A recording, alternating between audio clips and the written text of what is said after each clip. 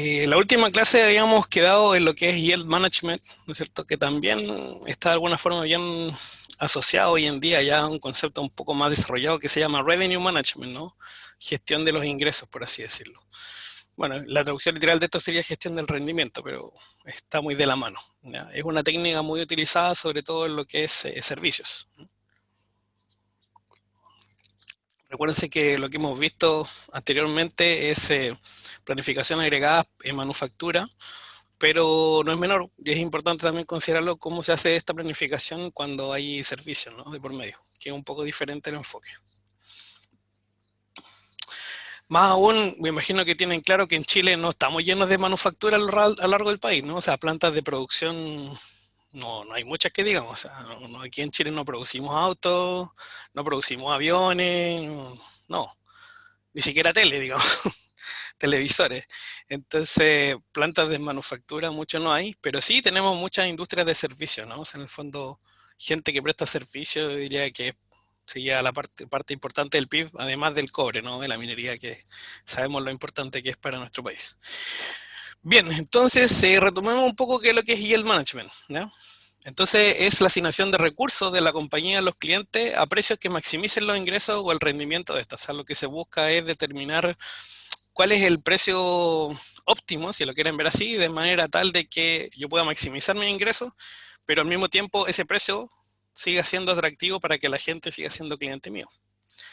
Entonces, el servicio o producto eventualmente puede venderse con anticipación, una demanda que fluctúa, esa es una de las características, la capacidad relativamente fija.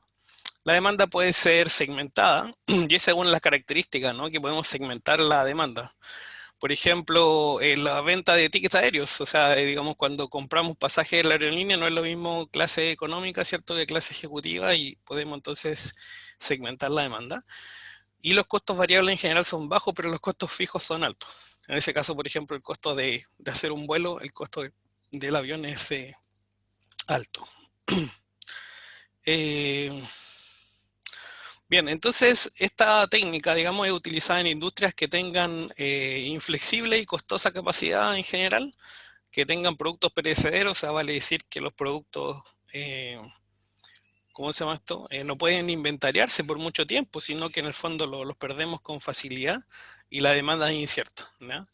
Dentro de esta categoría de productos perecederos, por ejemplo, me imagino, haciendo la analogía a lo que es la realidad económica regional, entienden que la agricultura calza perfecto, ¿no? Y en el fondo yo no puedo tener eternamente, no sé, tomates almacenados o uvas almacenadas o lo que sea, ¿no?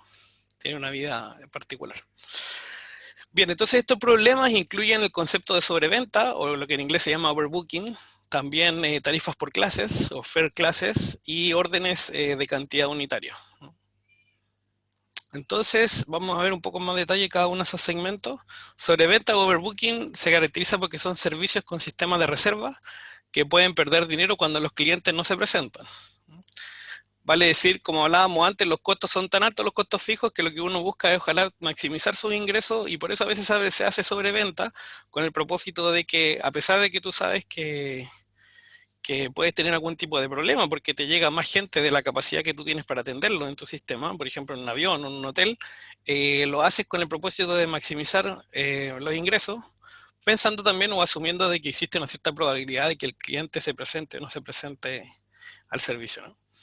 Y no es inusual, como dice acá, encontrar valores entre el 10 y el 30% de los asientos, por ejemplo, aviones disponibles por personas que no tomaron un vuelo planificado, ¿sí? Entonces esto es algo que la industria eh, de la aerolínea se dio cuenta hace tiempo.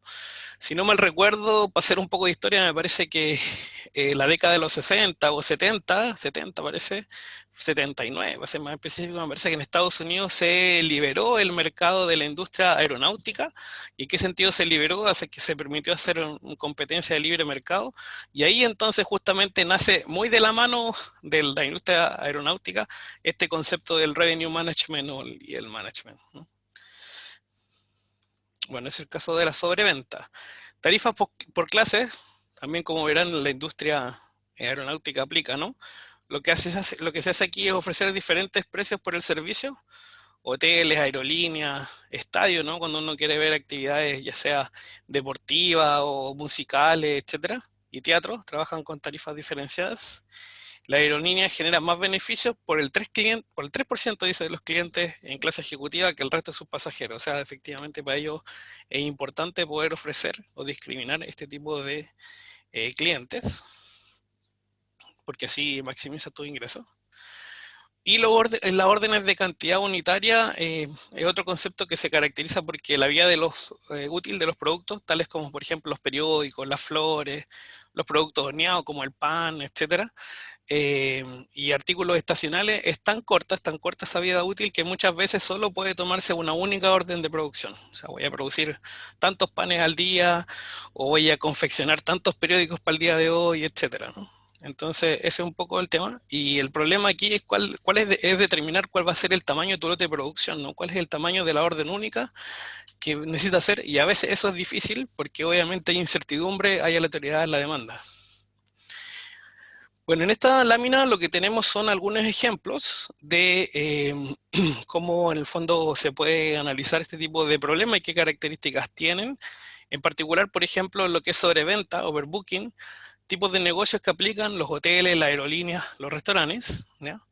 Y acá vamos a definir dos conceptos o dos variables n y x, ¿ya? N en este caso va a ser tu variable aleatoria que representa la demanda, si lo quieres ver así, y X es el punto tal que tú defines hasta dónde sobrevendes o sobre reservas, ¿sí? O sea, en el fondo esa es un poco la idea. Y bueno, acá entonces N representa el número de no-shows, o sea, esta es en el fondo la distribución de probabilidad o la variable asociada, perdón, la variable asociada a el número de personas que hacen una reserva, digamos, pero no se presentan finalmente. Y X, como le decía, es más bien la variable de decisión, de que yo decido cuántos asientos o, ¿no es cierto?, asientos o habitaciones adicionales decido sobrevender o sobre reservar, como le quieran decir, ¿eh? Entonces acá hay unos conceptos bien importantes que nos permiten tomar una medida más o menos óptima, que son el CO y el CU. El CO es de C over y el CU es de C under, entonces el CO es de quedarse por sobre, o sea, en el fondo es como sobreestimar la demanda, y el C sub U under es por quedarse bajo de la estimación de la demanda real, ¿no? Entonces, el C sub O, en este caso en particular, pasa a ser como el costo de overbooking, ¿ya? O sea, el costo de la sobreventa, y el C sub U es el costo de underbooking. ¿Qué significa eso? Como que en el fondo tu demanda fue más, pero como no reservaste más habitaciones, por ejemplo, perdiste la oportunidad de ganar dinero por haber sobrevendido más tu hotel, tu asiento. David, tiene una consulta. Sí, sí, profesor. Es que como para contextualizar un poquito, para entender, el overbooking se refiere como el costo de que si vendo más, genero como una, si que llegan todos mis clientes, yo tendría que como eh, pagarle como una indemnización, y el underbooking es Correcto, como la habitación que perdí de la que estuvo esa noche desocupada, ¿o no? exactamente, tal cual. Ah, ya, perfecto. Muy Ya, bien, ok. eso es, Ya, sí, sí, excelente. correcto. Eso es, para este caso, ¿no? Para el concepto de overbooking, pero sí. Porque esto lo podemos, de hecho aquí se clasifica un poco el mismo concepto, pero dependiendo del tipo de problema, ¿no? Entonces, el descripción del costo, el C sub O aquí es un costo de reemplazo y el C sub U acá, como usted bien decía, es una pérdida, o sea, un ingreso perdido, ¿no? Una ganancia perdida. Ok, para lo que son tarifas por clases, ¿no es cierto? Tenemos que los negocios donde aplican tarifas por clases pueden ser las aerolíneas, los barcos, los cruceros, los pasajeros en tren. Acá en Chile no tenemos mucha esa industria, o sea, no tenemos esa industria desarrollada directamente, pero en Europa, en Estados Unidos sí.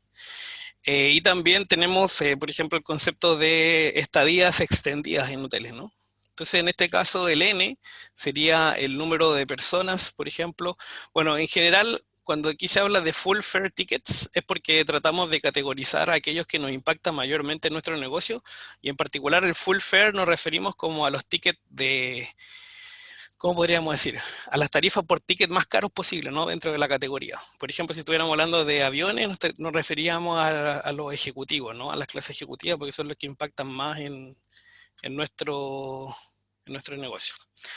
Bien, y el X representa, como dice ahí, la cantidad de asientos que son reservados para este tipo de pasajeros, ¿ya? El C sub O es el costo de sobreestimar, ¿no es cierto?, la cantidad de pasajeros que van a estar, por ejemplo, en clase ejecutiva. Y el C sub U, el costo de subestimar, ¿ya?, los pasajeros en clase ejecutiva. Entonces el C sub O en este caso se puede entender como la pérdida porque de aquellos ejecutivos, digamos, que querían usar el avión, digamos, pero que no compraron porque nosotros no definimos, no dimos la oportunidad de que fuera más así. Y el C sub U es, en el fondo, un costo asociado a subestimar la demanda, entonces que hay un descuento asociado eventualmente que podrías haber hecho por la clase, ¿no? Por la clase asociada. Bueno, así tenemos distintos casos, no sé si contarlos todos, digamos, pero por ejemplo acá tenemos el tipo de problema asociado a asientos que son premium, que pueden ser en estadios o en teatros, ¿ya? Acá tenemos entonces cómo definimos la variable aleatoria n, como por ejemplo el número de tickets premium que pueden ser vendidos o comprados, no sé, depende del punto de vista de quién lo quiera ver, pero en el fondo es eso. Tú tratas de administrar la demanda, pero no sabes cuántos van a ser. Y X sería el número de asientos reservados para, ¿cómo se llama esto? Ticket Premium, ¿no? Y acá están nuevamente los conceptos del CO y CU, etcétera, pero quiero que se queden con ese concepto, ¿no? CO es un costo de over, o sea, de sobreventa, si lo quieren ver así, o de sobre reserva.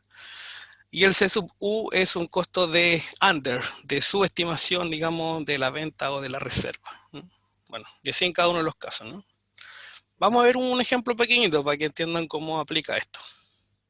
Esto es sacado del libro de Russell y Taylor, por si acaso, ¿eh? Si eventualmente quieren el libro, podría subir el apunte al libro, o sea, perdón, el apunte al libro. El libro, alguna carpeta de Google Drive, algo así, dejarles el link, porque no sé si tenemos la verdad los derechos de autor de ese libro, entonces, pero si lo quieren revisar, feliz. Bueno, entonces la pregunta que se hace es, tenemos claro cuál es el problema, ¿no? Que la pregunta aquí, bueno, ¿y cuántos asientos más sobre reservo o sobrevendo? ¿Y cómo podemos determinar finalmente cuál es la cantidad óptima, ¿no?, de sobre reserva o sobreventa? Bueno, obviamente parece que hacer un análisis de la demanda. Si no conoces la demanda es imposible estimar eso. Y en particular tienes que saber cuál es el historial, ¿no es cierto?, del comportamiento de gente de que sobrevendiste, ¿no? Dependiendo de cuál estrategia usaste, lo que sobrevendiste, cuánta gente finalmente te llegó a adquirir el servicio. Entonces, lo que tenemos acá, un poco esta definición, es que la probabilidad óptima o el óptimo probabilístico, como dice acá, es cuando el costo de subestimar la demanda es igual o levemente superior al costo perdón, el costo de subestimar es igual o levemente superior al costo de sobreestimar la demanda, ¿no? Y entonces esto matemáticamente lo podemos plantear así, ¿no? Como que el costo de subestimar la demanda es mayor o igual al costo de sobreestimar la demanda.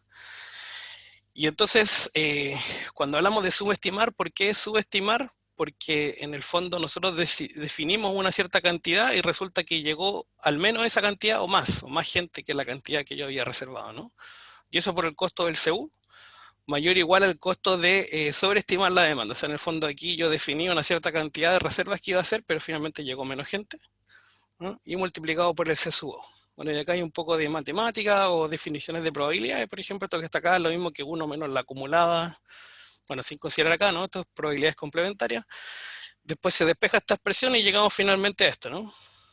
Que en el fondo el valor óptimo que podríamos obtener es a través de esta ecuación, donde dice en el fondo que la probabilidad de que lleguen en el fondo menos personas de lo que tú estableciste como parámetro de sobre reserva, sobre demanda, tiene que ser menor o igual a la razón de C sub U partido por C sub U más C sub O, ¿no?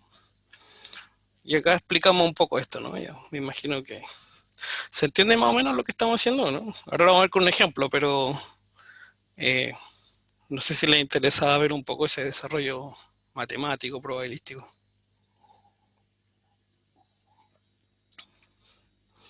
¿Sí? Bueno, asumo que entienden. Ok, veamos un ejemplo del libro que les comentaba, de Russell y Taylor. Dice, Lauren Lacey, administradora del hotel de Lucky Traveler Inn en Las Vegas, está cansada de los clientes que hacen reservaciones y finalmente no llegan. Las habitaciones son arrendadas a $100 por noche y cuesta $25 por día mantener cada habitación. Si existe un exceso de demanda, estos pasajeros pueden ser enviados a otro hotel cercano a $70 la noche. Hasta ahí ya más o menos le aparece, o sea, o en su mente qué es lo que es el CU y qué es lo que es el CO, según los datos.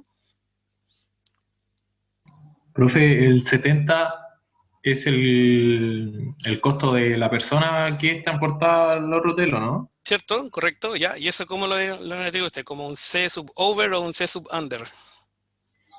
Un C sub U ¿Seguro? de subestimar porque se supone que fueron los que me sobraron, ¿no? No, pero es que over significa que tú tienes más demanda de la que, ¿cómo se llama esto? De la que corresponde. O sea, hay una, eh, como que te quedaste corto, por así decirlo. Y el C sub under es por quedarte bajo de la demanda. O sea, en el fondo como que tú podías haber hecho una... Ya, eh, entonces sería un C sub O en este caso. sí, correcto. Bueno, lo vamos a ver en todo caso acá. ¿Mm? Una consulta, profesor. En Sí, ese caso, por ejemplo, si yo lo pienso, la persona me pagó los $100 por internet, por ejemplo, y después llegó y esos como 70 son menos de lo que él paga, o ese costo que tiene el hotel en sí, y puede ser que sea más caro para la persona y sea como conveniente para la misma persona. súper buen punto, súper buen punto. Bueno, la mirada de la toma de decisiones es a partir del hotel. Entonces, en este punto de vista, significa cuáles son las implicancias de estas consecuencias para el hotel. Entonces, en este caso, este costo de 70 es $70 para el hotel, por así decirlo. O sea, en el fondo, porque ellos tienen que trasladar a esta persona a otro hotel justamente para dormir. Así que es un costo para el hotel, no para la persona directamente. Ese es un poco el concepto.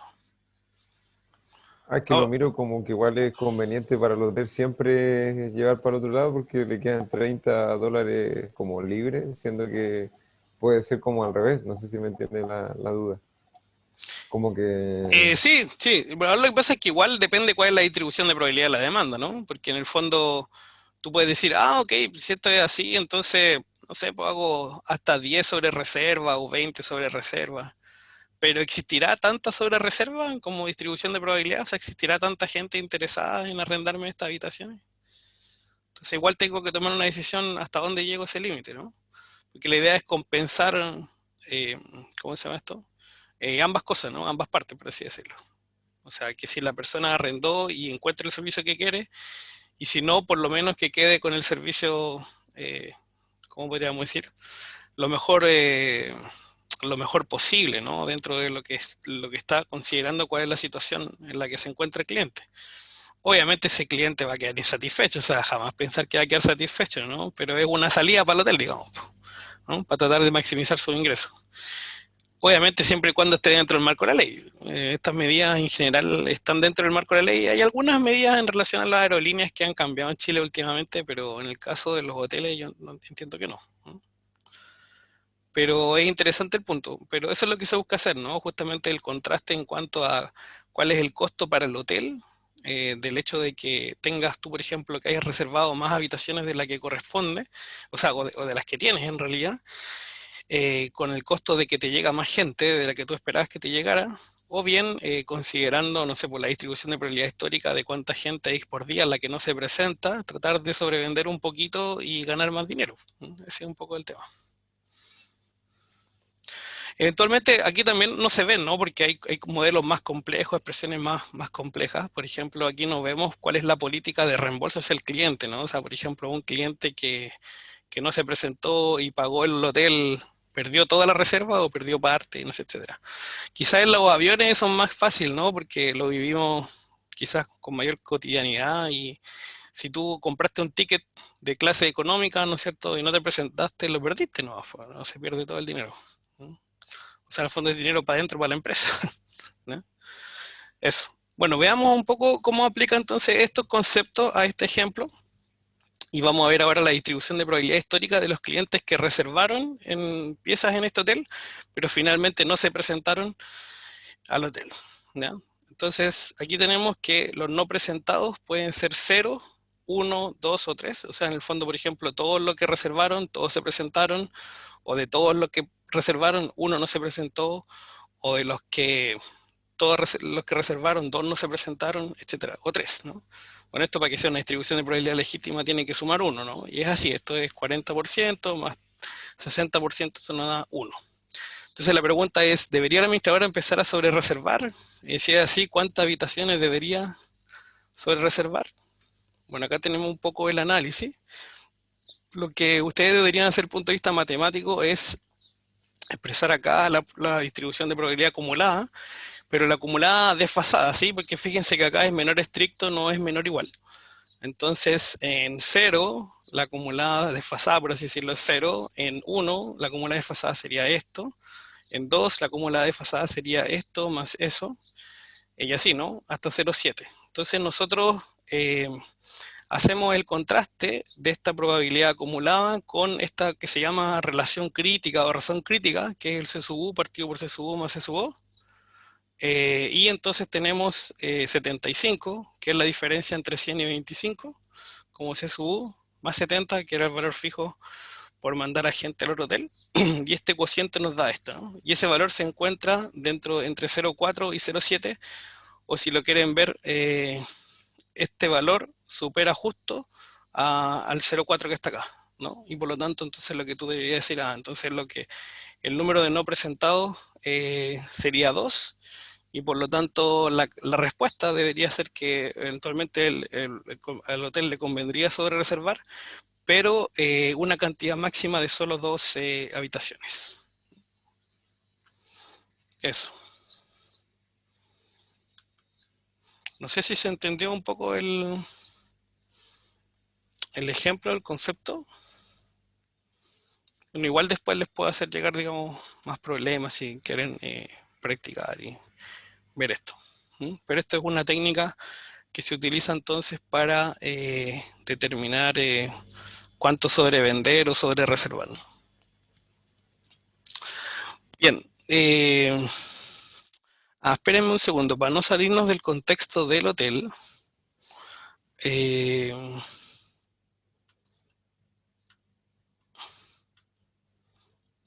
Déjenme ver.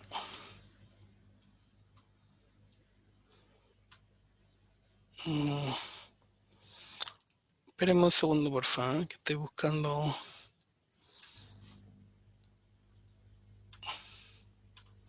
Algo que ayer descargué.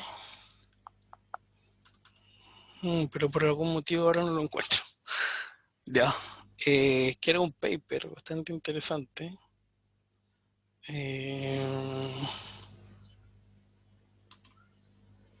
No sé por qué no está aquí. O no sé dónde me quedó guardado esto, pero... ya, bueno. Sí, sigamos nomás, pues si no...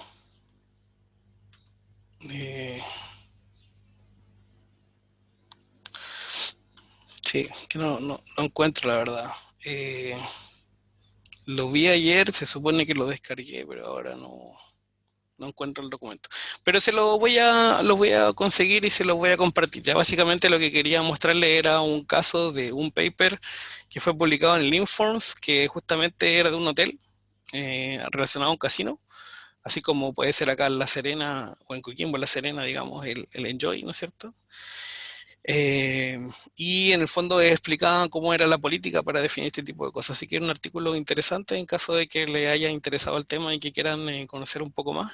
Es un caso que se resume brevemente en el libro de Russell y Taylor, pero hay un paper específico en más detalle y se lo voy a compartir, pero en este momento no lo encuentro para mostrárselo, ¿no? Así que se los debo, pero lo puedo publicar. Bien, entonces, lo que tenemos acá en esta matriz que este muestra es básicamente el tema de cómo podríamos hacer una clasificación del uso de esta técnica del Yield Management o Revenue Management en cuanto a sus características, ¿no es cierto? Y por ende, qué tipo de industria o aplican en cada caso, ¿no? En este caso, en esta parte que está acá arriba, tenemos el precio. Hay dos tipos de precio. El precio puede ser más o menos fijo o el precio puede ser variable.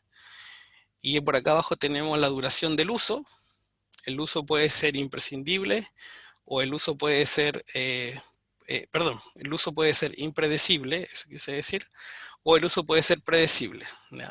Bueno, ¿a qué se refiere con esto? Que cuando hablamos de uso impredecible es si en el fondo nosotros somos capaces o no de predecir cuál va a ser efectivamente la demanda que voy a tener, ¿no? Hay ciertas cosas donde es más fácil estimar, digamos, el uso que voy a tener de ese recurso, de ese servicio, por así decirlo, que en otros casos. ¿A qué me refiero? Por ejemplo, obviamente si yo estoy comprando ticket importante, ¿no es cierto?, para estadios o arenas, para un concierto, el uso más o menos, la demanda es predecible, ¿no? Porque yo estoy teniendo con anticipación información con respecto a la demanda de esos productos, o sea, servicios, no sé, como puede ser un gran concierto, así como, no sé, o estos eventos como el Lollapalooza, ¿no? Así que eso puede tener un comportamiento más o menos predecible. Sin embargo, el uso en restaurantes, en un día en particular, puede ser bastante impredecible. Si tú no sabes finalmente qué va a pasar, cuánta gente va a llegar, a no ser que tengas bien estudiada la demanda y a lo mejor entiendas cierta, por ejemplo, estacionalidad semanal, ¿no? O más bien estacionalidad diaria dentro de una semana, eso puede ser. Pero así todo igual puede ser variable, ¿no? Por distintos factores. Entonces, básicamente lo que tenemos acá es eso, ¿no? Una clasificación de diferentes industrias que pueden aplicar, ¿no es cierto?, a diferentes categorías dependiendo del contexto. Entonces, por ejemplo, en el cuadrante 1, que se llama acá, lo que tenemos son industrias donde el precio tiende a ser fijo y el uso es predecible, ¿ya? La sala de cine, los estadios, los centros de convención, las salas de reuniones en hoteles, etcétera. Acá tenemos también uso predecible, pero donde el precio puede ser variable. Los hoteles, las aerolíneas, el alquiler de automóviles, la línea de cruceros, etcétera. Por otra parte, tenemos el cuadrante 3, lo que son precios donde tiende a ser fijo, pero el uso del recurso o de los servicios, digamos, tiende a ser impredecible, como restaurantes, campos de golf, proveedores de servicio de internet, etcétera. Y también tenemos cuando el uso es impredecible, pero además tiende a ser variable el precio, como podría ser las urgencias de hospitales, ¿no? O los hospitales en general, que también prestan servicio. Bueno, aquí en Chile podríamos hablar de hospitales y clínicas, ¿no? Para generalizar. Bien.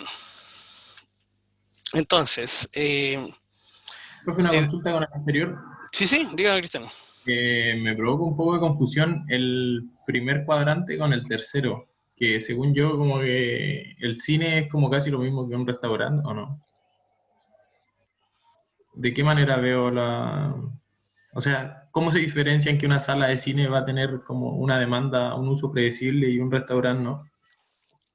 Básicamente yo te diría que tiene que ver con el tema de que en el restaurante no necesariamente se hacen mayormente reservas para usar.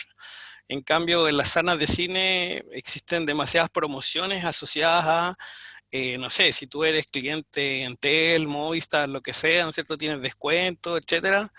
Y, y también hay incentivos muchas veces a que tú entres en una fila diferenciada porque ya compraste tu entrada y por lo tanto tú muestras solamente tu...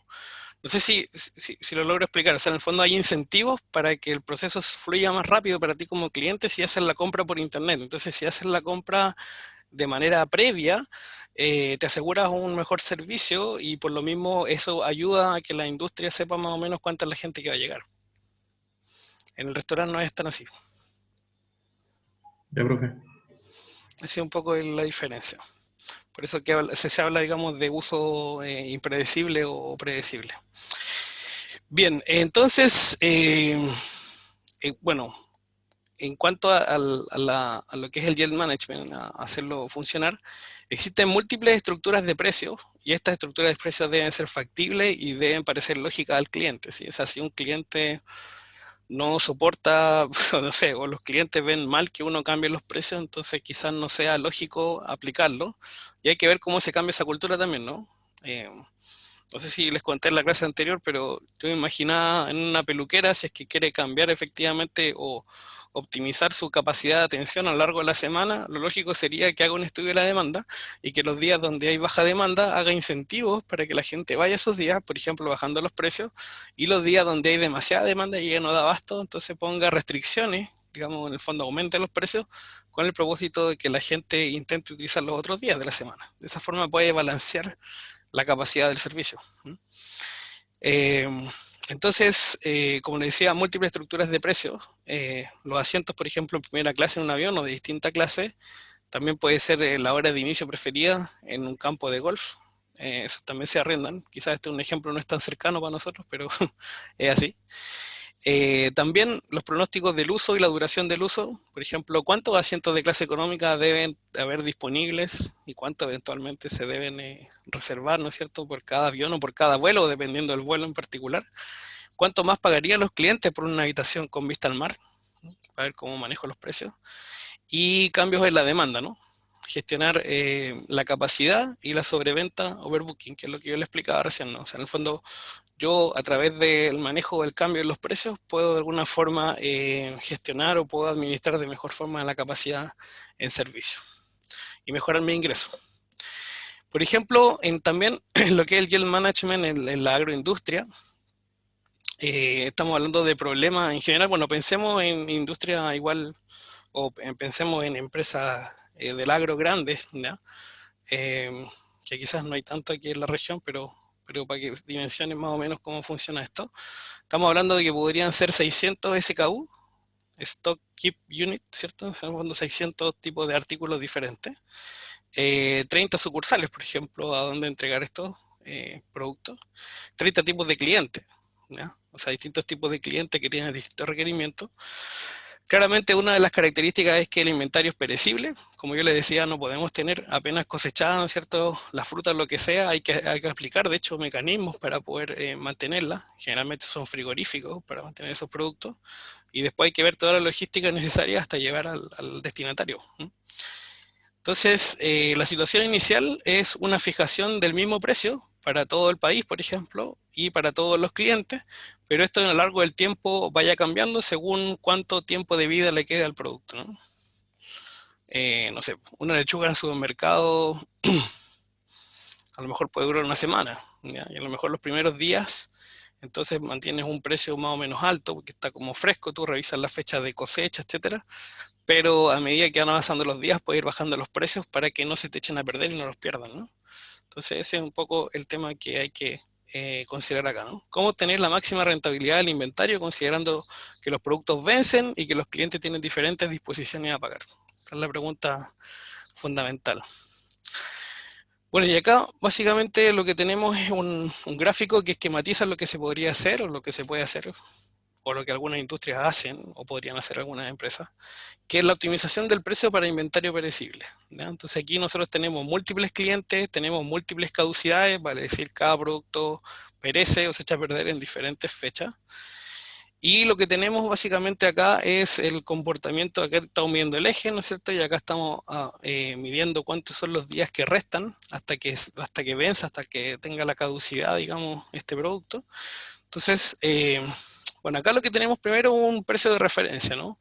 ¿Cuánto es un nivel más o menos estándar para que existan cierto margen, ¿no? Cierto margen de contribución a tu ingreso, ¿ya?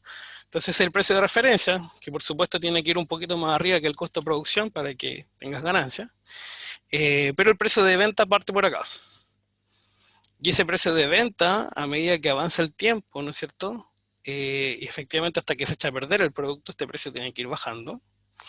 Y además, tú de alguna forma empiezas a hacer descuentos a estos precios a lo largo del tiempo porque estos descuentos te van a permitir justamente no perder esos productos con tus clientes. Y eventualmente, dependiendo de la política que se tenga, por ejemplo, con supermercados, es la política con qué tanto tiempo de anticipación sacan los productos de góndolas, que se llaman, ¿no? O sea, de la exhibición. Y eventualmente políticas de retorno o lo que corresponda. Pero es un poco más o menos, en esta amplitud se ve cómo se puede variar el precio de un producto en el tiempo, ¿no? Bueno, si alguien quiere, si le gustó mucho este tema y quiere aprender más, le puedo compartir libros de Revenue Management, la verdad, pero queda un poco fuera del alcance del curso porque son muchos los temas que queremos ver, pero más o menos para que se haga una idea de qué hay, qué existe y qué se hace, ¿no? O qué se puede hacer. Bueno, lo que quiero recordar un poco es un poco la relación entre los distintos niveles estratégicos, jerárquicos que existen en lo que es los planes de producción o la planificación de la producción probablemente tal. Entonces, en el largo plazo nosotros tenemos un proceso de planeación que siempre es constante.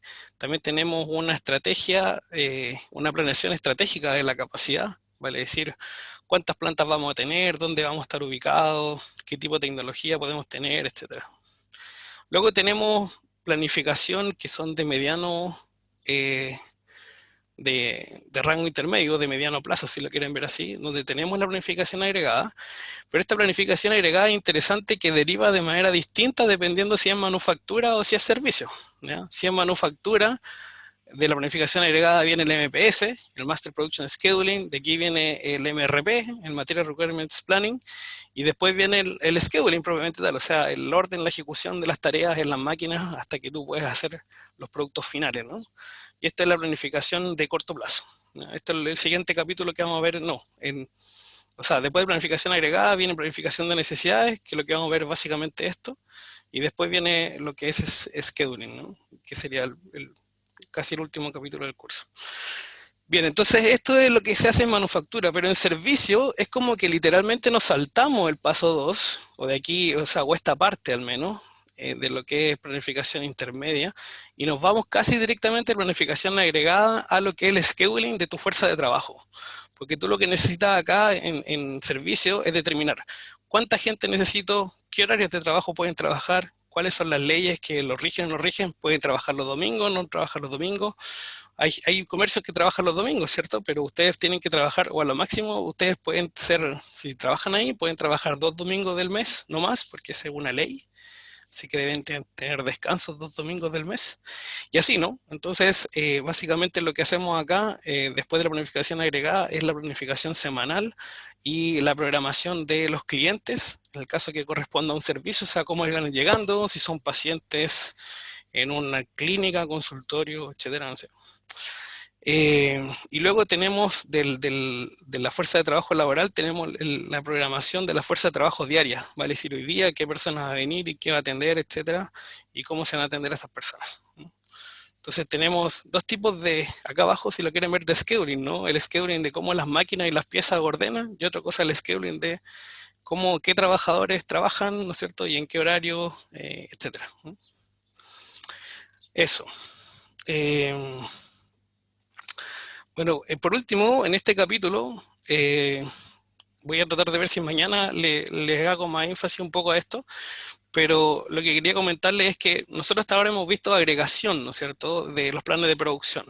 Hemos visto que la agregación es una medida importante porque al agregar muchas cosas, la demanda, ¿no es cierto?, tiende a atenuarse y por lo tanto la alta variabilidad se atenúa y te permite entonces hacer una planificación más justamente agregada, que te permite medir cuáles son los recursos que tienes y lo que necesitas y si puede hacer frente o no, ¿no? Y eventualmente contratar a más personal, despedir a gente, y todas las políticas y estrategias que ya hemos visto en el capítulo.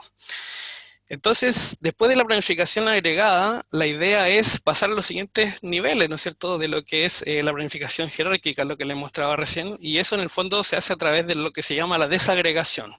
Vale, es decir, cómo yo paso de un plan agregado a un plan desagregado, cómo yo paso de un plan agregado de línea de productos, por ejemplo, bicicletas, ¿no es cierto?, a los ítems individuales, bicicleta de niño, aro 16, bicicleta de niña, aro 19, etcétera, ¿no? Entonces, eso es lo que corresponde ahora ver, y es lo que vamos a ver en más detalle también en el siguiente capítulo, pero quería comentarles de que existen modelos matemáticos también para hacer eso, o sea, un modelo de optimización, donde uno puede plantear cuáles son los requerimientos, ¿no es cierto?, por cada producto en particular, y en función de eso, desagregar el plan agregado y obtener planes separados por líneas de, o sea, por productos en particular, ¿no? Ya no por línea ni familia, sino que por productos propiamente tal. Y luego de los productos vienen cuáles son los insumos, ¿no? O sea, para ya hacer un producto final necesito tener insumos, ¿no? Por ejemplo, para hacer una bicicleta, ¿qué necesito? Ruedas, necesito manubrio, distintas cosas, ¿no? Y esas son partes y piezas que también tengo que planificar. Bueno, eso se ve en lo que es el MRP, ¿no? Pero eso que quiero explicarles, que en el fondo hay distintas jerarquías y todas ellas necesitan de planificación. Entonces, en manufactura, lo que ocurre en desagregación es un poco lo que veíamos en la lámina anterior. Básicamente la desagregación, que está en el nivel 2, después de la planificación agregada, ¿no es cierto? Lo que hace es proveer un enlace entre los planes agregados y que se desarrollaron con el nivel 1, que es el nivel de más detalle, ¿no es cierto? Ah, perdón, eh, me equivoqué en la traducción.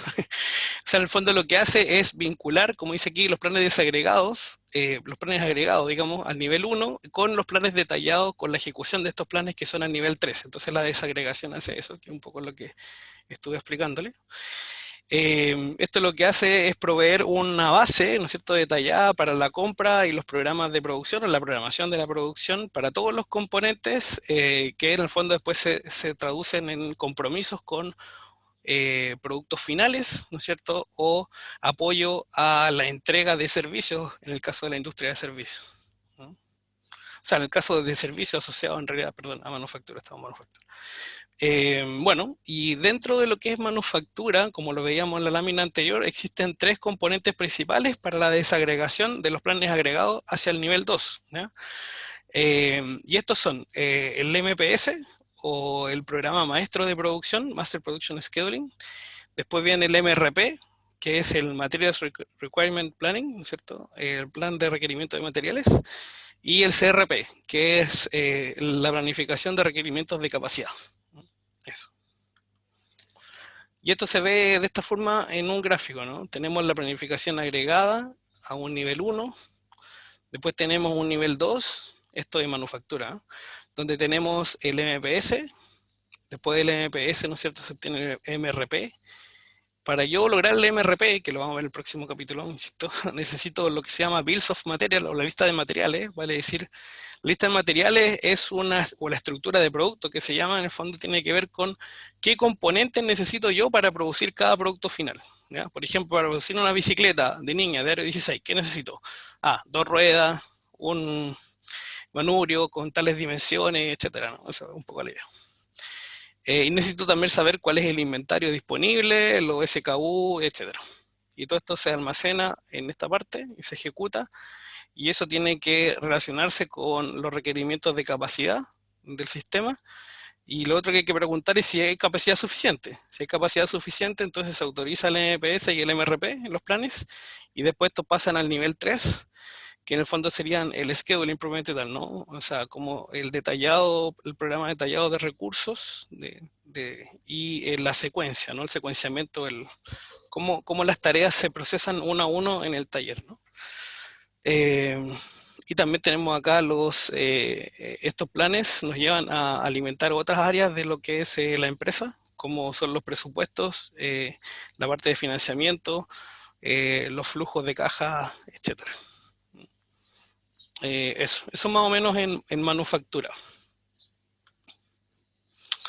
Y en servicios, básicamente lo que veíamos recién del nivel 2, que era algo muy importante, en manufactura, en servicios casi eso no existe. O sea, literalmente uno pasa del plan agregado a el scheduling casi prácticamente, ¿ya? Como dice aquí, los niveles 1 y 2 de producción comúnmente se combinan en los negocios asociados a servicios. Bueno, este es un ejemplo del libro donde saqué esto, ¿no? Una forma, como dice ahí, de pensar la desagregación en servicios es que nosotros vamos desde la planificación agregada en los niveles 1 y 2 hasta al frente de la línea, ¿no? Hasta los recursos al frente de la línea, en el fondo el staff, o sea, la gente que necesito, la capacidad de personas que necesito para atender al público, y las decisiones de programación, schedule, ¿ya? Mientras que las manufacturas, ¿no es cierto?, necesitan y usan niveles intermedios para poder planificar, y necesitan el concepto del working process, ¿no? O sea, el WIP, para saber cuántas unidades están dando vuelta en el sistema, etcétera, y necesitan hacer también subensamblaje interno, ¿no? Esa es un poco la diferencia. Entonces, en servicios, básicamente la estructura jerárquica se ve así, ¿no? Yo tengo recursos y planificación agregada, y la pregunta aquí directamente es, ¿la planificación agregada está bien? ¿Está ok? Si no, la revisamos. Y si está bien, la ejecuto. ¿Y qué significa la ejecución? Necesita que automáticamente, necesito una detallada planificación o programación, ¿no es cierto?, de los trabajadores que necesito para ejecutar esos servicios, qué secuencia van a priorizarse efectivamente las órdenes que podríamos tener y cómo se ejecutan entonces los servicios. Y aquí también, como les decía, requiere también saber cuál es el horario de trabajo de cada persona, a quién priorizo, a quién no, etcétera, ¿no? Y también afecta, como veíamos en el diagrama anterior, obviamente los presupuestos, el aspecto financiero y el flujo de caja respectivo. Bien. ¿Dudas hasta ahí? ¿Consultas? Profesor, me genera como la duda de esta parte, como yo creo, ¿cierto? Todo lo global, y ese es como sería mi plan uno, ¿no? Como mi paso uno. Correcto, el plan agregado. Sí, el plan 2 es como lo que decíamos como el MPS, que es como Ujú. manejar el horario y todo, y el 3 como la ejecución. Pero lo que no entiendo como el sentido de la desagregación, ¿en qué punto yo lo analizo con esos ejemplos que decía de la bicicleta? Que por ejemplo yo voy a planificar, no sé, pues, que cada bicicleta tiene que comprar su rueda, todo, pero después la voy dividiendo entre niños, entre Ajá. qué modalidad y todo. Eso como, ¿en qué punto Ya, lo pero ese es un agrego con todo ejemplo de esto? manufactura, si pues partamos de ahí, porque para entender la Ah, ya. diferencia, no es de servicio. O sea, yo ahí vendo productos específicos los cuales puedo inventariar, pues. No tienen Ya. inventario perecible, o sea, las bicicletas no se echan a perder, por así decirlo. Entonces, Mm. estamos hablando de manufactura, y en manufactura tenemos tres niveles. El nivel uno, justamente, la planificación agregada. Después el nivel 2 es la planificación táctica de mediano plazo, que se llama, que ahí viene el MPS, el MRP y el CRP, digamos. E incluso el CRP y el MRP combinan un poco, tienen que ver con lo que vamos a ver que se llama el MRP2 también, ¿no? Que incluye las capacidades en el fondo para ver si soy posible hacer o no. Una vez que están aprobados esos planes de producción, que son planes más de mediano plazo, como te decía, viene el plan detallado del día a día o de la semana. O sea, en el fondo, mira, hoy día comienza el día lunes, ok.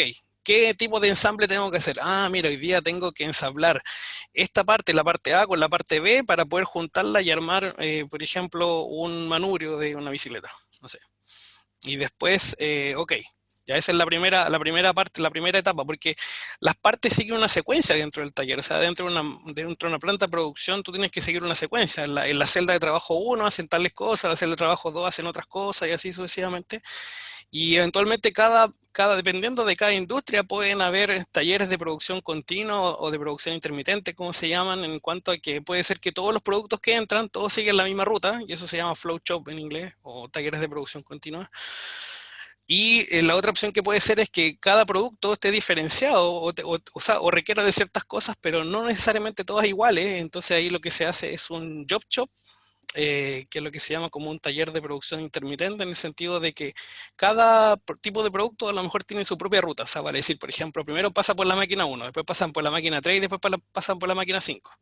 Después viene otro producto que en realidad primero pasa por la máquina 2, después por la 4 y termina en la 5. No sé, entonces ese tipo de cosas no lo vamos a ver todavía porque nos falta curso, que eso lo vamos a ver en el capítulo 4, que es justamente programación de operaciones o scheduling, que eventualmente podría incorporar algo de servicio que podría ser interesante para ver cómo se arman los planes de trabajo en cuanto a los horarios de los trabajadores y ese tipo de cosas. Eh, y lo que te decía recién con respecto a las bicicletas, para completar un poco la idea, es que cuando yo armo el plan agregado de las bicicletas, yo digo, mira, entonces, a ver, organicemos el siguiente año. Ok, trimestre 1, trimestre 2, trimestre 3, trimestre 4, ya. ¿Cuál es el input para eso? ¿Cuál es la demanda estimada que yo tengo para cada uno de los trimestres de todas las bicicletas? Entonces, para el primer mes, 1000 bicicletas, o sea, el primer trimestre. Segundo trimestre, 1500 bicicletas, y así, ¿no es cierto? Después de eso, el plan agregado, yo tengo que desagregar ese plan para poder saber cuántas bicicletas de cada tipo tengo que hacer y mandar a hacerlas. Po. Y para mandar a hacerlas necesito saber qué tipo de insumos necesito, con cuánto tiempo de anticipación tengo que comprarlo, quién es mi proveedor, etcétera, ¿no? Y toda la logística que involucra eso. Esos planes se llaman planes de mediano plazo o planes tácticos, ¿no? Y esos planes son los que están en el nivel 2 y que en servicios no se ve, en manufactura sí están. O en servicio muy rara vez se ven, digamos, si lo quiere, para no generalizar y decir blanco o negro, pero en servicio es muy raro que se vea eso. En la industria de manufactura sí se ven. Pero no quiero entrar en mucho más detalle porque como todavía no llegamos a eso, entonces obviamente van a tener muchas dudas porque no hemos llegado todavía a eso. Básicamente lo que queríamos hacer con esta parte de desagregación es introducirlo a la que viene en el capítulo siguiente. ¿Sí? Perfecto. No sé si... Gracias, profesor. Sí, sí, sí. No, sí lo Ya, entiendo. perfecto. Bien.